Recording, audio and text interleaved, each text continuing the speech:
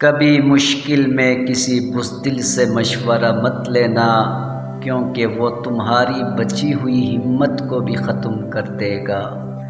سب سے خوبصورت احساس یہ ہے کہ وہ دعا حقیقت بن جائے جو آپ اور اللہ کے درمیان راز تھی۔ جب دعا کرتے وقت تمہاری آنکھوں سے آنسو آنے لگے تو سمجھ جانا تمہاری دعا برگاہ الہی میں قبول ہو چکی ہے۔ جب آپ رب سے محبت کرتے ہیں تو وہ آپ کے دلوں میں صرف انہی لوگوں کو بسنے دیتا ہے جو آپ کی محبت کے قابل ہوتے ہیں۔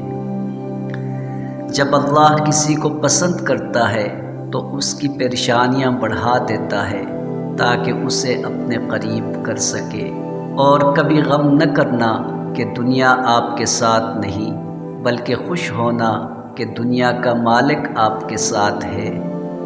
رشتوں کو جوڑے رکھنے کے لیے کبھی اندھا، کبھی بہرا تو کبھی گونگا ہونا پڑتا ہے۔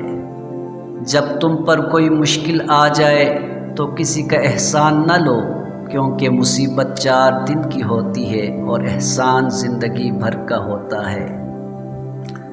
نماز کی فکر اپنے اوپر فرض کر لو، خدا کی قسم دنیا کی فکر سے آزاد ہو جاؤ گے اور کامیابی تمہارے قدم چومے گی۔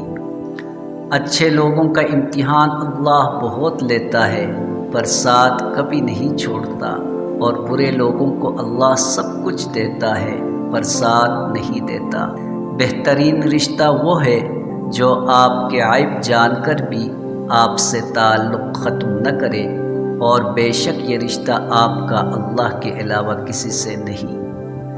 ہر عبادت کا پتہ نہیں ہوتا کہ وہ قبول ہے کہ نہیں، مگر درود شریف ایسی عبادت ہے جو ادا ہوتے ہی قبول ہو جاتی ہے۔ زندگی تھکا دینے والی چیز ہے، اور جب تم تھک جاؤ تو اپنے رب کو یاد کر لو، کیونکہ سکون تو صرف اللہ کے ذکر میں ہے۔ جب تمہیں خوشیاں ملنے لگی تو 3 چیزوں کو کبھی نہ بھولنا: اللہ کو، اس کی مخلوق کو، اور اپنی اوقات کو۔